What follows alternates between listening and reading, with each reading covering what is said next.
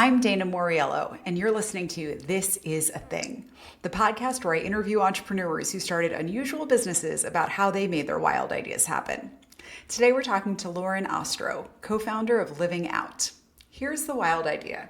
Build a senior living community that's one of the first in the country specifically to meet the needs of LGBTQ seniors. I wanted to talk to Loren because I had heard about this rise of senior living facilities built for specific communities, and I was curious to learn more. It seemed like a business idea that was incredibly capital intensive, required a lot of skill, patience, and even regulatory savvy. And I was right. It is all of those things. Loren had a larger budget and raised more money to meet his capital needs than any other entrepreneur that I've talked to so far. Stay tuned to hear how a 50-year business partnership made this possible, why Loren sat on the idea for over 2 decades before finally making it happen, and why they might just owe it all to Jimmy Buffett. Enjoy the conversation. I know that you were dreaming about the idea of opening this LGBTQ retirement community for over 20 years before you took the leap. So we have to start by talking about what was going on in your career during those 20 years first, before fast forwarding ahead.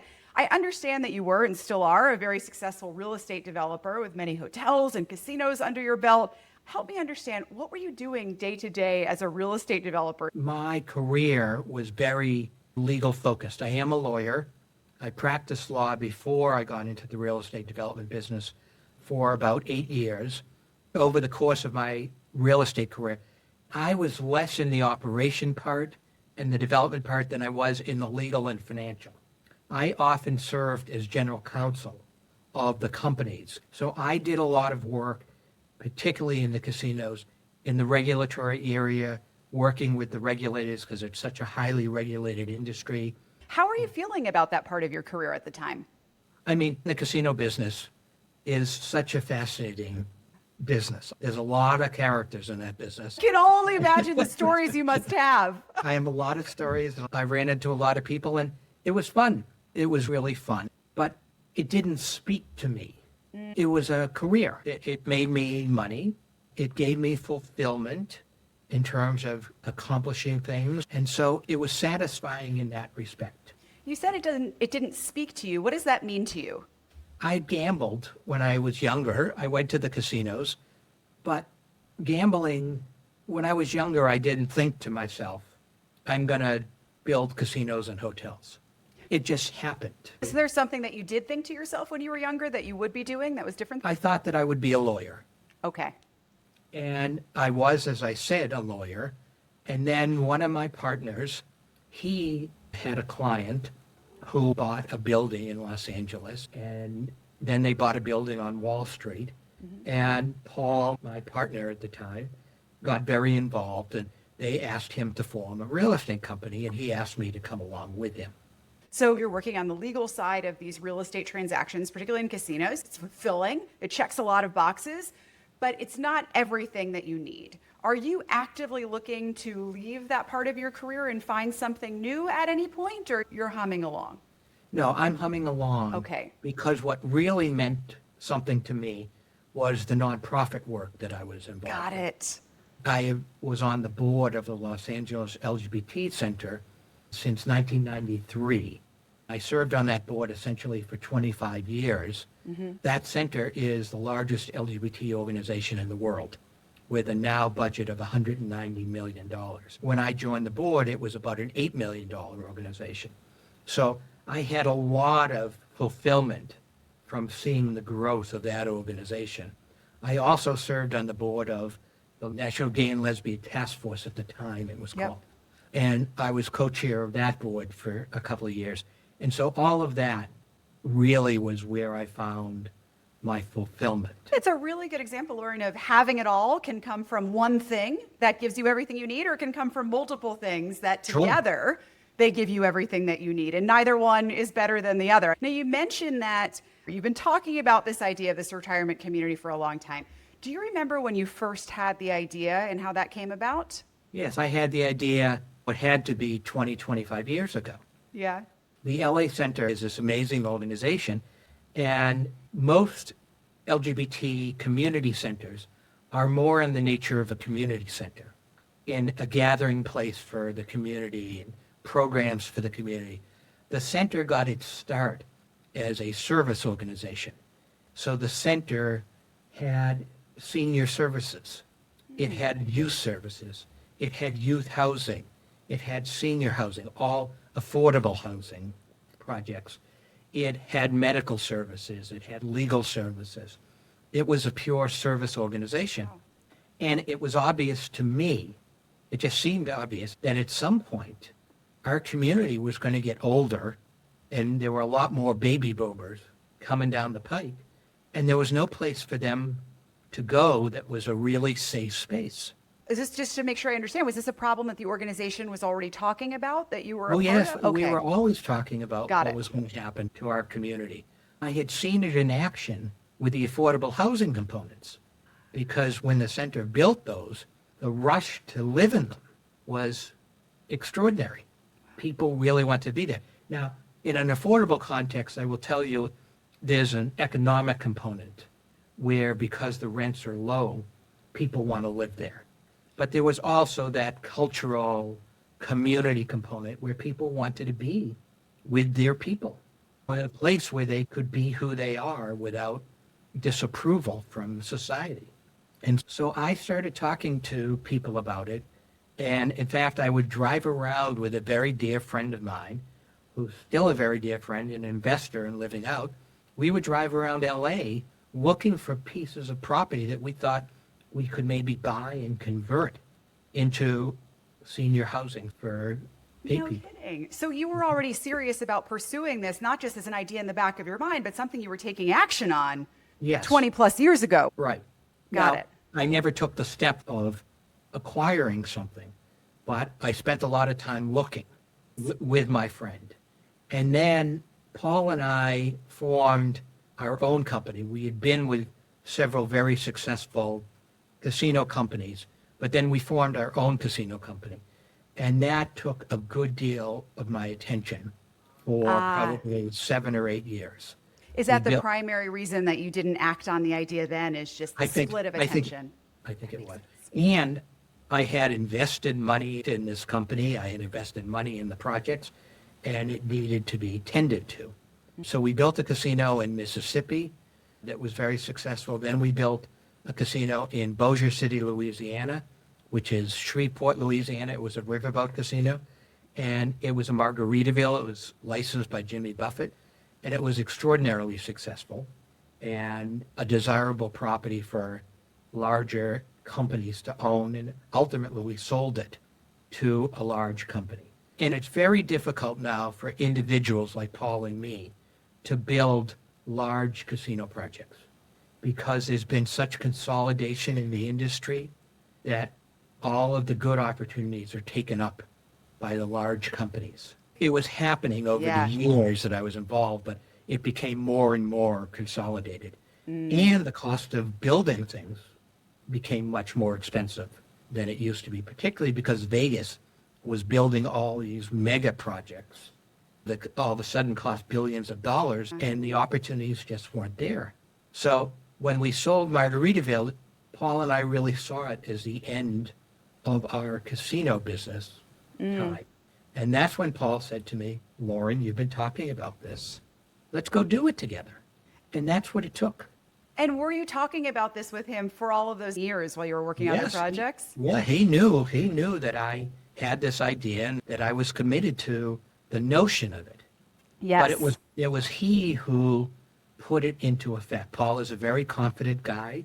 He's very successful, as am I. But as a partnership, he gave me the confidence. And he said to me, you understand how you are thought of in the gay community. As a leader of the community, having done all of this work and the relationships that you have developed, he said, with all of those, we can make this very successful. And I took that to heart. What a gift to have a partner and a friend who can be a mirror to you and see the things in yourself that sometimes are hard to see when you look in the mirror yourself. I am blessed to have this man in my life. Absolutely. It sounds And that he's- way. And he's a straight guy.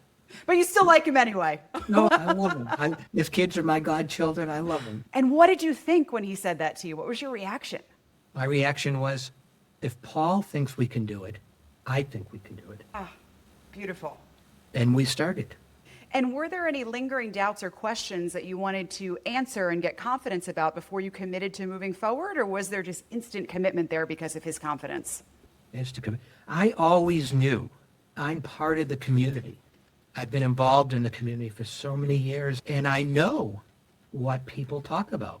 In the gay community, particularly in the men's community, people would confide in me that when they got older, they had a group of friends and they were going to buy a house together and take care of each other. I knew people were thinking about it.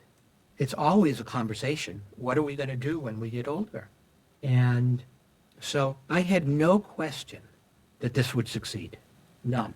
So you knew this was a need in the community from your lived experience, from the feedback that you're getting. Were you equally as confident that it was a business opportunity? I felt from a revenue point of view, yes. Okay. And I based that somewhat, although we did not structure things at Living Out this way. There are many now cruise lines in the LGBT community. And what they do typically is they rent one of the boats and they go on the same exact cruises that boat would go on, but they take sole ownership essentially of that ship for this period of time and sell it to the gay community. And these companies are thriving. They charge quite a bit more than you would pay for the same cruise on Norwegian. And why? Because people want that community.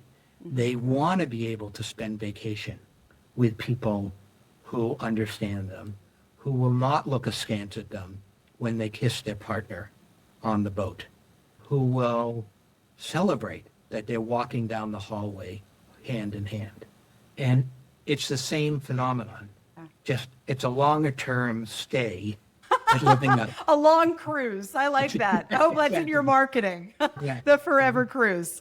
Right. And so we did not set our rental rates to get a premium. We did not do that. When we did research on what the rental rate, the competitive market was, we tried to meet the competition. We did not add extra money to that. So we didn't use that part of the model. So let's talk about that initial vision and the initial goals. I actually want to start with goals before vision, because you mentioned the decision that you made about how much to charge. And there might have been market benchmarks to charge a greater premium than you chose to charge. And I think that gets at what your goals were when you were doing this, right? The balance of mission, financial, maybe other things that were in the mix. How would you describe what your personal goals were in beginning this project? Well, my goals were to be able to give our investors a reasonable rate of return, Okay. which they're entitled to for the use of their money. But it was also to provide the community an opportunity to live together in community without being taken advantage of. And you talked very responsibly, not surprisingly, given your career, about your responsibilities to your investors and your goals that you have to fulfill for them. And you talked about your customers, not surprising, given how active you are in being an advocate for the community, your goals for them. You didn't talk about your goals for yourself. And I think that's a really interesting omission. I'm curious if you had personal goals of what you hoped that launching this business would mean for you. I obviously was hoping that it would be a success, Right. but I'm not sure that I quite made that emotional connection as to the level of satisfaction and happiness I would get from it. We have a community lounge where we serve breakfast, and it's a big gathering place because people come down at breakfast time and they hang out together. And I'm sitting there towards the middle of the project, and I knew everybody in the beginning. But as we got more and more people, I knew less of the people. And I'm sitting there and I'm watching people come in and I don't know who they are, but I see them talking to other people. And I had that moment where I said, oh my God, you created this and you created it for the benefit of these people. And so it does give me a great level of satisfaction, but I was more focused on getting it open, getting it leased up, and making sure the people were happy. Yep. That was my biggest focus. How did the actual execution of this project and getting to that point differ from what the execution looked like for all of your previous projects? I would say I was much more involved. I was very involved in the design of the project this time, very involved in the construction of the project, very involved in raising the money, both on the investor side and the lender side. In fact, in many ways, I was more involved because they wanted to hear from me, Yeah, and my neck was on the line. that And, makes sense. we were successful. We raised $29 million of equity, and we raised that from family and friends. We did not go to any institutional money. We didn't go out to the public markets to raise money. We did it through the people who had invested with us in the casinos and the people who I knew in the community who shared my passion Yeah. for this. And we did that, I'd say, maybe like in 3 weeks. What a signal that what you're offering really resonates with people. It clearly resonated. And that you're trusted and your reputation. I don't want to undersell how important that component is. It's the Right. clear vision, but also the trust of you as a person with your partner to execute on this. Right. And with the loan, it was not as easy. Okay. We hired a mortgage broker, and he said to us, this is going to be tough. He said, because it's never been done before, and you're going to have people who don't quite understand it. And that was a very interesting feature for me to learn. When I said to somebody in the gay community, this is what I'm going to do, and this is what I'm going to build, the reaction inevitably was, oh, sure, yeah, of course. But when I said it to somebody in the straight community, often the question was, well, what do you need that for? Because it's not their lives. They're not used to that. And so it was harder. We talked to a lot of lenders, but ultimately, Torrey Pines Bank believed in it, and they stepped to the line. And I would say that was a 2 to 3 month process. That doesn't sound like too long, even if It it was wasn't challenging, pretty compact. Right. And we had already raised the $29 million of commitments. Yeah, that goes a long way. When you go to Yeah. get your mortgage, I'm sure to talk about that. Right, So right. interesting, Lauren, when we began the conversation, you said, I don't know that this was the biggest risk for me to make this decision. Because I was so certain. I was so certain. I have never been more certain of anything that if executed properly by my operating team, that this would work. I knew that we had the expertise to build it, to design it. I knew that from the development point of view, we were very successful developers. We knew how to develop. Yep. And we were successful in raising the money. I wasn't really worried about that. The biggest risk was that I would not have a team who understood how to engage with the community living there. And how did you address that? I addressed that first by looking for an LGBT person who had managed mainstream senior communities. And I hired somebody to do that. And that turned out to not be successful. One thing I learned is that Paul and I, being in the hotel and casino business, are really hospitality focused. Our whole approach to the world is hospitality, has always been. Many people in the senior communities are focused on control and limiting liability because you're dealing with seniors. And the person I hired was not from the hospitality business. So often he was saying no to people.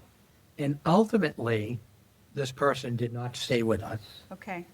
And I ended up hiring someone who's a straight guy, someone who I've known for many years, worked with us in the casino business, but he had managed hotels.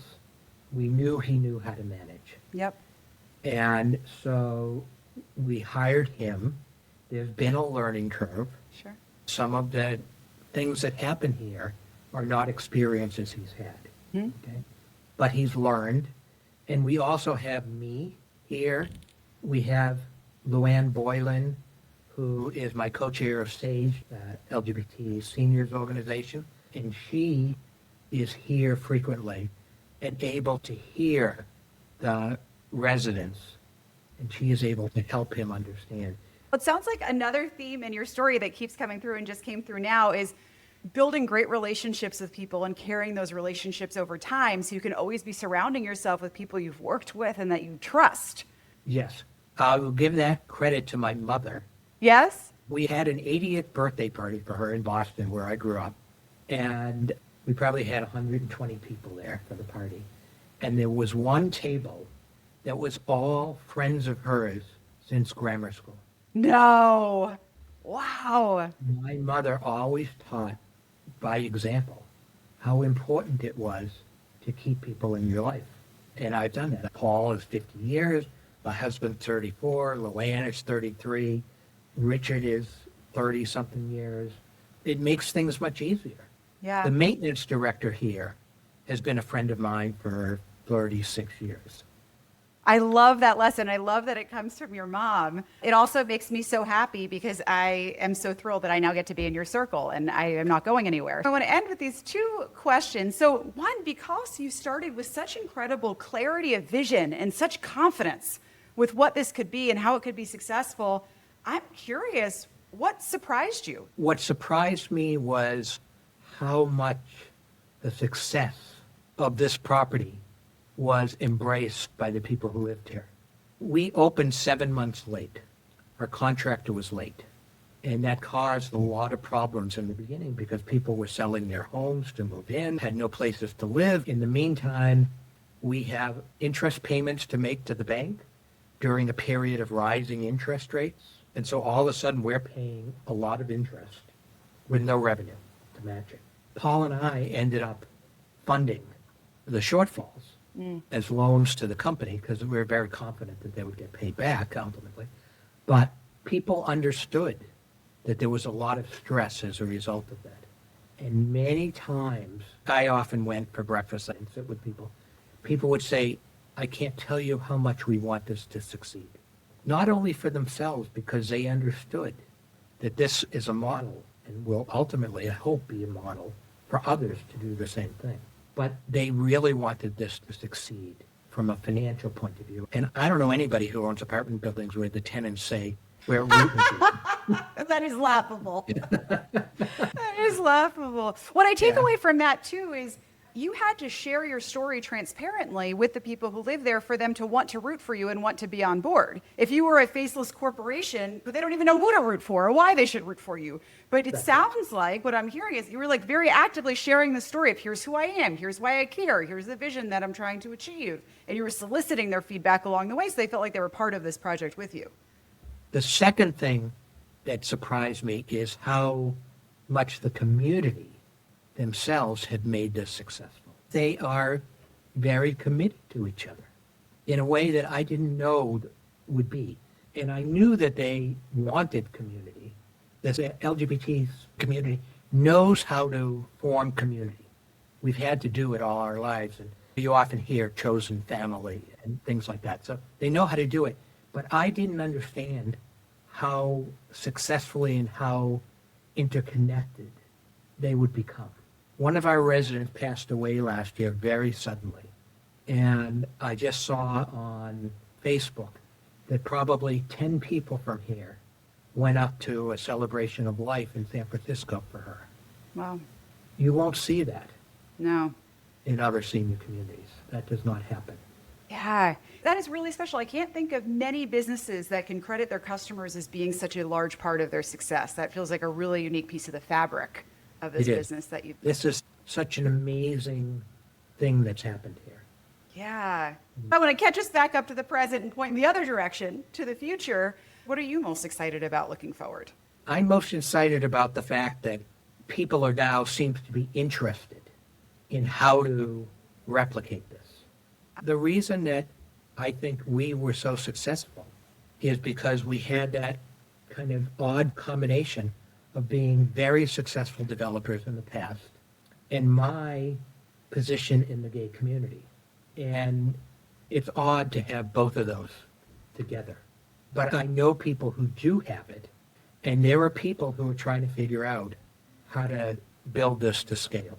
Interesting. So to use software language, are you thinking about this as an open source kind of project? It sounds like you're happy for other people to be creating similar businesses. You don't need to own this space yourself. I don't. People have always been asking me, are you worried that somebody else will build a competitive property? I say, no. There is so much need in the gay community. I just want people to do it. I want them, obviously, to do it well and successful for the people who live there. But it does not have to be me. At first, I thought I did, but I'm about to be 75 now. And I'm very active. I'm co-chair of the Board of SAGE. I'm active here.